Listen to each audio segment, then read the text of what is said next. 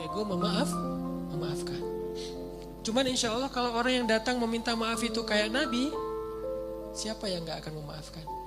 Kalau yang datang meminta maaf itu kayak Abdullah, sampai ngehadiahin satu kebun, siapa sih yang sulit untuk memaafkannya? Masalahnya kadang-kadang kita dua-duanya nih ego nih, yang ngerasa bersalah, minta maafnya asal-asalan, gak serius, gak kayak Nabi ngebujuk sampai Sofia yang marah jadi malah cinta kepada Nabi. Kan itu berarti usaha Nabi luar biasa ya. Kalau kita kan kadang-kadang minta maaf cuma satu kata, udah maaf, udah gitu doang kan. Kalau Nabi, maafin ya Sofia, maafin ya, maafin. Sampai Sofia akhirnya jatuh hati kepada Nabi.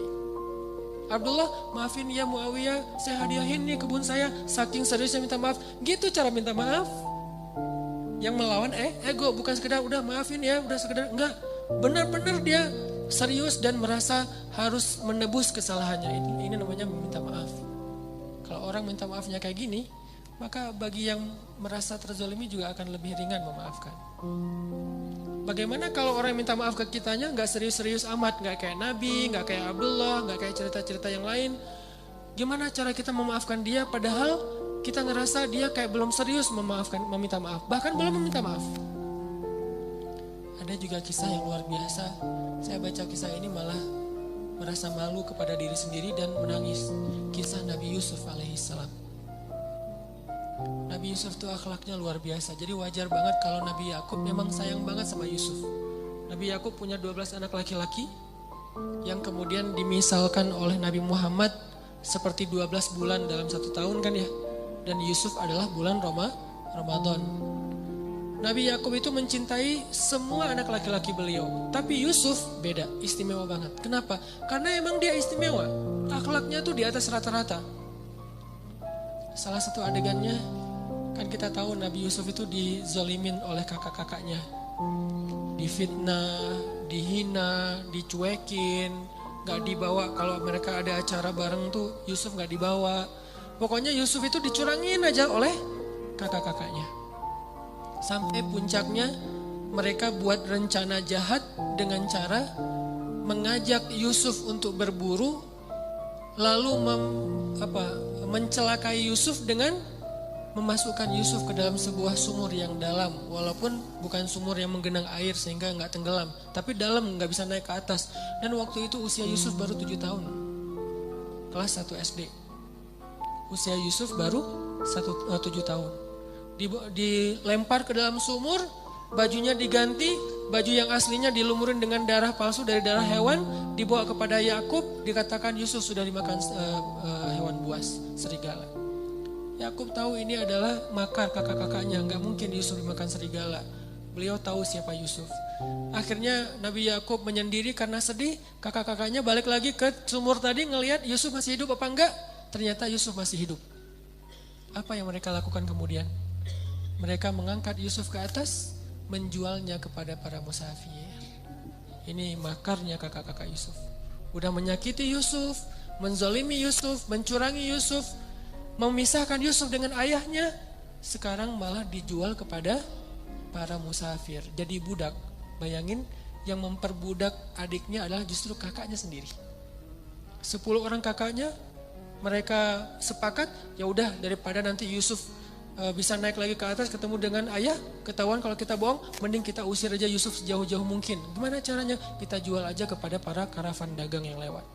Lewat sekelompok karavan dagang, Yusuf diikat, kemudian mereka bilang, ini ada budak, harganya bagus nih, murah tapi dia bisa dijual mahal nanti di Damaskus. Coba kamu beli. Akhirnya orang kaya yang berdagang itu membeli Yusuf dengan harga yang sangat murah. Ketika dibeli, mau dibawa, kakak-kakaknya diam aja, melepaskan adiknya, kayak garing gitu. Ekspresi wajahnya tuh kayak flat banget, gak ada rasa kasihan, sedih, gak ada sama sekali, gak ada kasih sayangnya. Benar-benar gak ada kasih sayangnya. Yang muncul adalah rasa dengki yang luar biasa di dalam hati mereka. Yusuf dijual kepada orang lain, adiknya sendiri.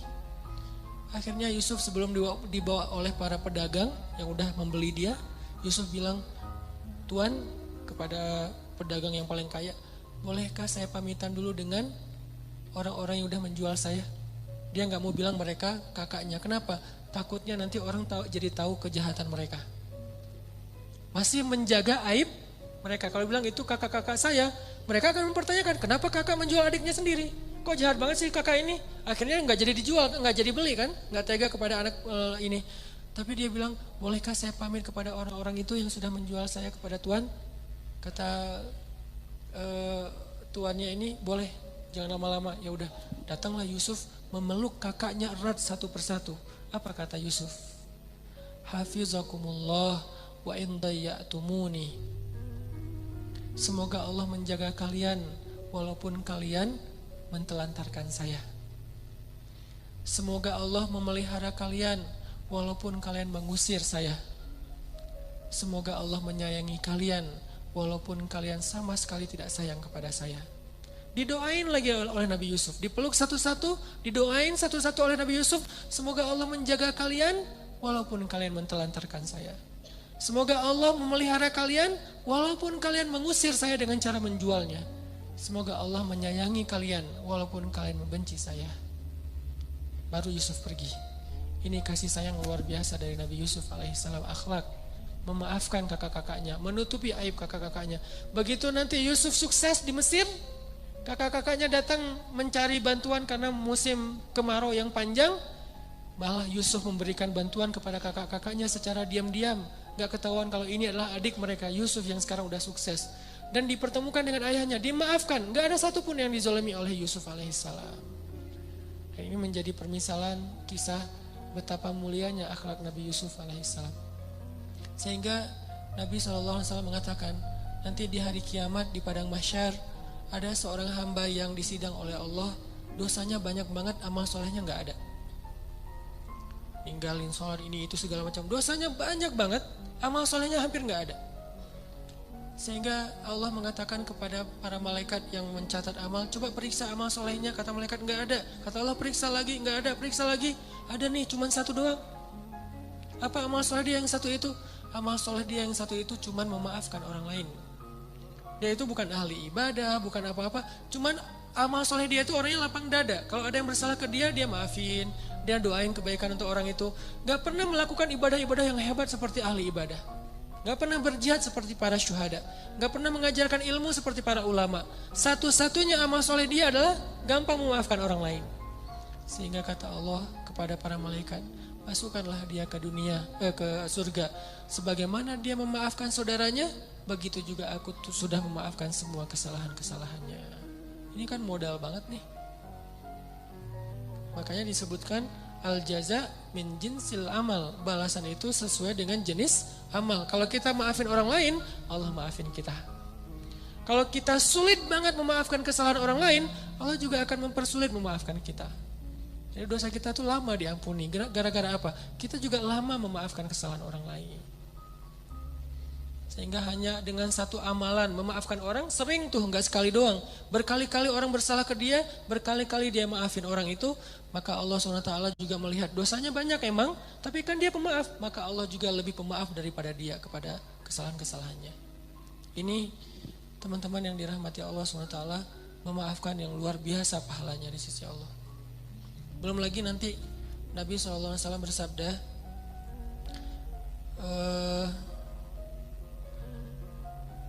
tidak akan sempurna iman seseorang. La yablughul abdu salihal iman, sampai tidak akan sempurna iman seseorang sampai dia yasila man qata'ah, menyambung silaturahim kepada orang yang memutuskannya. Wa yu'ti man haramah, dan memberi kepada orang yang tidak pernah mau memberi untuknya. Jadi nolongin orang yang gak mau nolongin dia. Wa yuhsinu ila man asa'ah ilaih, dan dia berbuat baik kepada orang yang udah menyakitinya. Wa yaghfiru liman syatamah, dan memaafkan orang yang menghinanya. Jadi gak akan sempurna iman seseorang sampai dia menyambung silaturahim dengan orang yang memutuskan dia. Kemudian apalagi?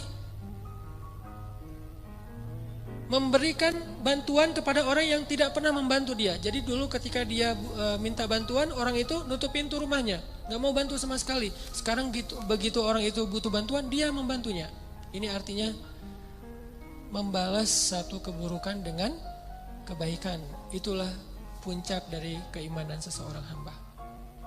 membalas keburukan dengan kebaikan. Itulah puncak dari keimanan. Sehingga Nabi Yusuf alaihissalam disebut mukmin sejati karena beliau mampu membalas keburukan kakak-kakaknya dengan doa-doa dan akhlak yang sangat baik. Ini melawan ego. Apa yang membuat kita mampu melakukan ini? Balik lagi kepada iman. Man kana yu'minu billahi wal yaumil akhir falyusil rahimah. Siapa yang beriman kepada Allah dan hari akhir, hendaklah dia menyambung silaturahim. Pertanyaannya, apakah kita tetap harus menyambung silaturahim dengan mantan? Karena zaman modern sekarang pasti ada cerita-cerita SMA lah, kuliah segala macam. Perlu nggak nyambung silaturahim? Nggak perlu. Jangan balikan lagi. Jangan tiba-tiba nge-like lagi postingan dia. Jangan tiba-tiba komunikasi lagi diam-diam. Kenapa?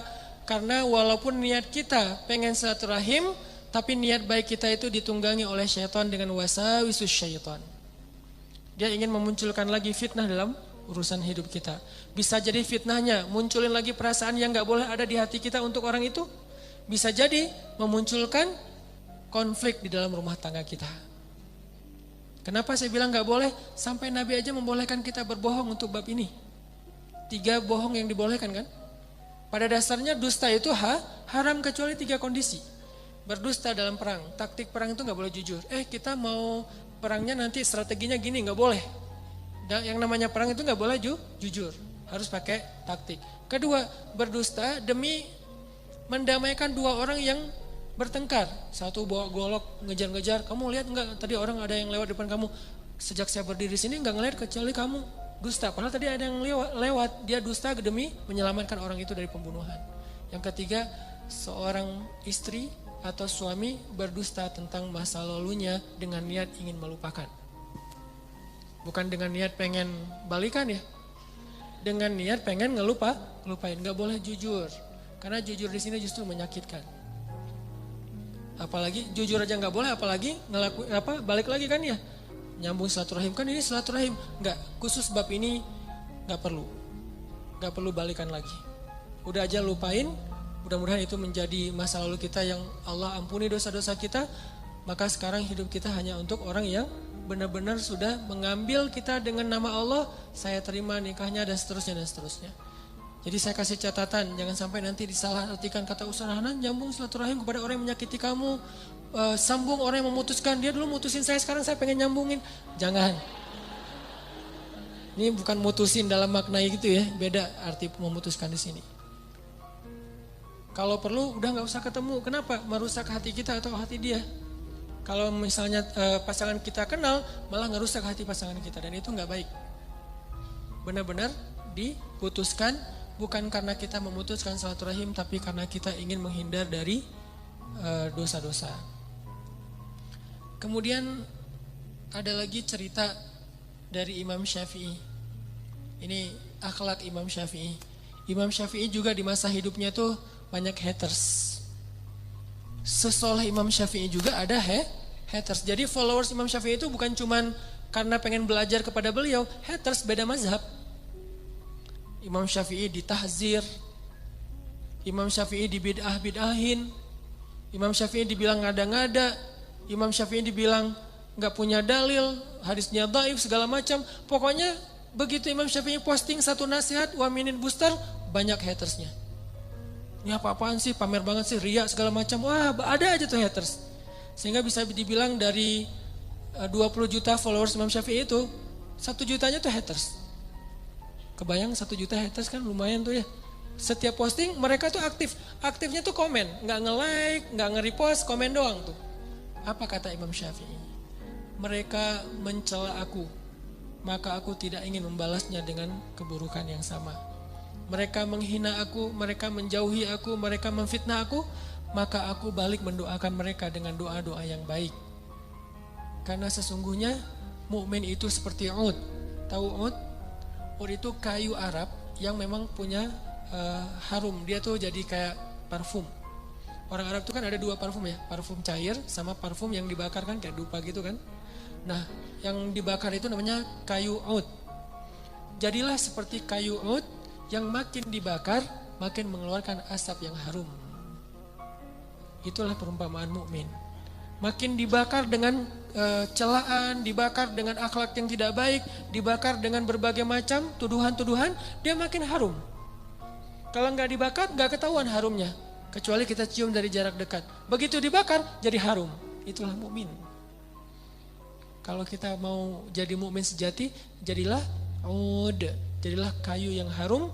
Ketika dibakar, asapnya memberi keharuman satu ruangan. Makin dibakar, makin harum.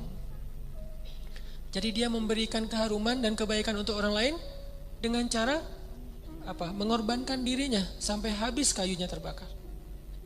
Subhanallah, inilah yang disebut dengan mukmin. Makanya orang yang kayak gini, teman-teman, ketika kita dalam kondisi-kondisi yang seperti ini, difitnah, kita baper, kita sedih, itu kondisi kita yang paling dekat sama Allah.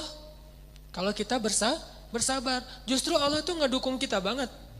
Tapi kalau kita kepancing, Allah gak akan ngedukung kita. Karena ada kisah di zaman Nabi lagi lewat di sebuah pasar. Namanya di pasar kan ada aja orang bertengkar ya. Kayak di Mesir itu suka aja di Damri itu, kalau saya naik Damri, setiap hari saya naik Damri pasti ada yang bertengkar. Ya Humar apa segala macam. Humar itu celaan orang Mesir ke temennya, keledai.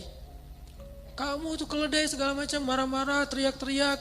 Terus nanti orang di sebelahnya ngedamain dengan bilang shallu ala nabi, selawat kepada nabi. Akhirnya dia diam, sallallahu alaihi wasallam. Itu cara mereka ngedamain, suruh salawat. Kadang-kadang juga lagi marah-marah gitu, ngomel-ngomel, sebelahnya bilang shallu ala nabi, dia selawat tapi marah juga, sallallahu alaihi wasallam, lanjutin lagi marahnya. Ada yang kayak gitu, ada yang tenang, dimarah-marahin, dipanggil keledai segala macam, dia jawab apa? Emangnya ada keledai selain engkau di sini? Dia bilang, ya keledai kamu. Emangnya ada keledai lain selain kamu di sini? Enggak ada. Ada. Sama aja jawabannya. Kan ini menjebak ya. Kalau dia bilang enggak ada, berarti dia keledai. Kalau dia bilang ada, dia juga termasuk keledai. Akhirnya dia bingung, orang pada ketawa satu bus gitu-gitu. Banyak pokoknya kejadian-kejadian orang bertengkar di Damri kalau di Mesir itu banyak. Terutama bulan Ramadan. Karena orang Mesir itu enggak tahan lapar. Jadi kalau siang puasa itu, pasti yang bertengkar itu 2 kali lipat lebih banyak kasusnya. Cuman hebatnya mereka, bertengkar itu cuman mulut doang, gak sampai baper di hati. Setelah itu ketawa-ketawa lagi, sampai ada cerita tetangga bacok-bacokan pakai parang, itu berdarah-darah. Setengah jam kayak gitu, setelah setengah jam saya lihat mereka udah pelukan, ketawa-ketawa, ngopi di depan apartemen gitu. Lah, ini masih berdarah loh, sambil diperban sambil ngopi. Ini orang Mesir. Jadi hati sama sikapnya tuh beda. Sikapnya tuh udah bacok-bacokan, hatinya masih saling mencintai gitu. Nah, ini agak-agak unik nih. Itu terjadi loh di Mesir. Nah, artinya di zaman Nabi itu, Nabi lagi jalan lewat pasar, tiba-tiba Nabi ngelihat 2 orang lagi berselisih. Cuman yang satu ngomel, yang satu diam. Nabi langsung berhenti, ngeliatin dari jauh. Yang satu ngomel, terus yang satu diam aja sambil tersenyum, diam. Makin disenyumin, makin dia ngomel, makin menjadi-jadi kan. Kok kamu senyum sih, gak marah? Pokoknya ngomel terus. Ya, diam aja. Nabi memperhatikan dari jauh sambil tersenyum. Mulut beliau komat kamit. Lama-lama gak tahan juga nih yang diomelin. Tadinya awalnya tersenyum, lama-lama dia mulai tegang, lama-lama dia cemberut, lama-lama kepancing lah dia bales. Udah mungkin berapa lama diomelin, akhirnya dia bales. Begitu dia bales, Nabi langsung diam, Nabi langsung pergi. Wajah Nabi tidak suka. Sahabat yang ikut bareng Nabi nanya, ya Rasulullah kenapa, ada apa? Kata Nabi, tadi ketika dia diam saat diomelin, ketika dia tersenyum, dia bersabar, malaikat ngedoain dia loh di sebelahnya. Jadi kalau kita ada 2 orang lagi bertengkar nih, yang ngomel itu di sebelahnya ada setan. Ya terusin. Dikomponin sama setan tuh, jadi cheerleadernya gitu. Di sebelahnya yang ngomel. Di sebelah orang yang diomelin kalau dia sabar, di sebelahnya tuh ada malaikat. Sabar ya, udah dipuk sama malaikat teh. Cuman kita gak ngerasa doang tuh, bener-bener malaikat tuh gini-giniin loh. Sabar ya, semoga Allah merahmati kamu, semoga Allah mengampuni dosa kamu. Gitu banget loh malaikat, cuman gak ngerasa. Kalau ngerasa pasti kita kabur. Jadi ada 2 makhluk di sebelah orang yang bertengkar. Di sebelah yang ngomel ada jin, setan. Di sebelah yang diomelin kalau dia sabar ada malaikat yang ngedoain dia, ngapuk dia. Dan Nabi melihat, kan Nabi bisa ngelihat sesuatu yang gaib ya. Nabi ngelihat dan Nabi tersenyum. Nabi kagum kepada laki-laki yang tadi sabar. Tapi begitu dia kepancing, malaikat pun pergi meninggalkan dia dan Nabi juga pergi meninggalkan dia. Jadi teman-teman, ketika kita rame, diomelin orang, di jalan, dimaki, dicela segala macam, kalau kita diam, langsung dipuk-puk tuh sama malaikat. Dan puk-puknya malaikat tuh dua, ya Allah rahmati dia, ya Allah ampunilah dia. Kita didoain oleh malaikat. Dan Allah menjatuhkan kasih sayangnya kepada kita, menurunkan kasih sayang untuk kita. Selama kita berdiri dalam keadaan sabar. Begitu kepancing, malaikat langsung pergi. Gak suka dengan orang-orang kayak gini.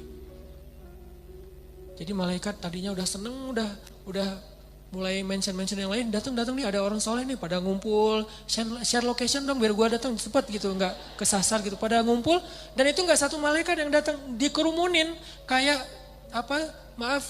kayak makanan yang kayak gula yang dikerumuni oleh semut. Jadi ada satu butir gula ditaruh di tengah, semut berdatangan tuh. Begitulah malaikat berdatangan kepada orang soleh yang sedang sabar, diam menghadapi omelan orang lain, sikap jahil orang lain. Datang berbondong-bondong malaikat mendoakan dia. Tapi begitu dia kepancing, semut itu langsung pada pergi. Begitu juga dengan orang yang ngomel. Orang yang ngomel itu seperti bangkai yang didatangi lalat. Jadi ada satu bangkai yang bau busuk, lalat langsung berdatangan. Begitu dia istighfar, lalat itu langsung pergi. Jadi dua-duanya didampingi oleh makhluk gaib. Yang satu oleh setan, yang satu oleh malaikat. Makanya ketika kita dalam kondisi dizolimi, itu kesempatan kita tuh untuk bisa mendapatkan kebaikan dari Allah, kebaikan dari malaikat. Bahkan kalau ada nabi, kebaikan dari nabi. Karena nabi komat kami ternyata ngedoain juga. Kenapa nabi ikut ngedoain? Karena nabi ngelihat malaikat mendoakan. Nabi itu pokoknya ngegeng banget lah sama malaikat. Kan nabi sama malaikat itu sering kayak nongkrong bareng gitu kan. Nabi itu sama Jibril teman-teman, itu kayak soulmate-an banget loh. Kan Jibril kalau turun menemui Nabi itu berwujud seperti seorang cowok keren. Fatamatsala laha basyaran sawiyan. Maka Jibril pun menjelma sebagai seorang laki-laki yang sangat sempurna. Nah, Nabi itu kalau misalnya Jibril telat datang, Nabi itu suka ngelihat ke langit. Jadi keluar dari rumah, lihat ke langit, mana ya kok gak ada tanda-tanda Jibril datang gitu. Gak ada tanda-tanda sama sekali. Terus besok datang lagi ke tempat yang luas gitu ngelihat ke langit. Pernah Nabi berhari-hari gak ketemu Jibril dan kangen banget sama Jibril. Mau ditelepon gak punya nomornya. Susah kan Jibril gak pakai handphone. Mau digimanain doa kepada Allah. Terus kayak belum datang aja Jibrilnya. Udah di-mention ya Allah Jibril mana. Gak datang-datang Jibril tuh. Setiap hari Nabi ngelihat ke langit. Gak ada Jibril. Ngelihat ke langit gak ada Jibril. Berharap sekali ngelihat tuh ada Jibril dan langsung dipanggil. Gak ada sama sekali. Berhari-hari. Setelah lama gak ketemu Jibril, Nabi udah sedih banget, teman ngopi Nabi banget nih Jibril. Tiba-tiba datang Jibril, Nabi nanya, Jibril kemana aja, kangen tahu kalau bahasa kita mah. Jibril kemana aja? Akhirnya kata Jibril turunlah ayat di surat Maryam. Wa ma natanazzalu illa bi amri rabbik. Ya Muhammad saya juga kangen, tapi sifat malaikat tidak melakukan sesuatu kecuali perintah Allah. Gimana pun Jibril kangen kepada Nabi, Allah gak nyuruh beliau turun, maka dia tidak turun. Jadi sama-sama kangen nih, yang di langit kangenin yang di bumi juga kangen kepada yang di langit. Tapi kedua-duanya tidak bisa ketemu karena belum ada perintah Allah Subhanahu wa taala. Wa ma natanazzalu illa bi amri rabbik. Kami tidak turun kecuali dengan perintah Allah ya Rasulullah. Walaupun kangen sebetulnya. Jibril ada emosi? Ada. Suka benci ada di hati Jibril. Cuman suka dan benci Jibril itu sesuai dengan kehendak Allah, taat. Jadi teman-teman kalau kita misalnya lagi digituin, berarti kita ada kesempatan nih didampingin malaikat. Diam aja, jangan kepancing. Begitu kepancing berarti kita harus langsung berimajinasi, oh aduh malaikat pergi nih. Ini kondisi kita memaafkan. Apalagi kalau kita udah maafin, lebih banyak lagi malaikat yang ngedatengin kita. Langsung jadi selebgram langit tuh. Para malaikat langsung pada nge-repost, langsung pada ngomongin, kemarin tuh ada hamba Allah yang luar biasa loh. Dia itu dizolimi tapi maafin. Sehingga para malaikat tuh jadi kayak tiba-tiba kita jadi terkenal di antara para malaikat. Siapa namanya? Dimension satu dengan yang lain. Sehingga lama-lama ketika nanti ketemu di akhirat, oh ini orangnya minta tangan foto. Kenapa? Udah terkenal duluan di bumi. Itu terjadi teman-teman di langit. Bukan sekaku di langit itu hening-hening aja, gak ada kejadian apa-apa. Enggak, di langit itu lebih heboh daripada di bumi. Kalau di bumi aja ada gosip, trending topik segala macam. Di langit lebih dari itu loh. Ada gosip-gosip kebaikan, siapa yang baru saja memaafkan, siapa yang baru saja melakukan kebaikan itu terkenal di langit, diomongin oleh para malaikat. Kan malaikat itu membawa amal kita tuh pagi dan petang ya. Dan mereka ngelintasin pintu-pintu langit. Setiap pintu langit yang dilintasin, itu malaikat nanya, ada apa? Ada yang update yang heboh-heboh enggak? Disampaikan, terus diomongin di langit pertama. Naik ke langit kedua, diomongin di langit kedua, sampai kepada Allah. Semua langit membicarakan orang tersebut coba. Mungkin di dunia followers kita cuma berapa belas orang doang. Tapi di akhirat atau di langit, wah, para malaikat kenal banget sama kita. Kalau kita menjadi orang yang sabar, diam, memaafkan.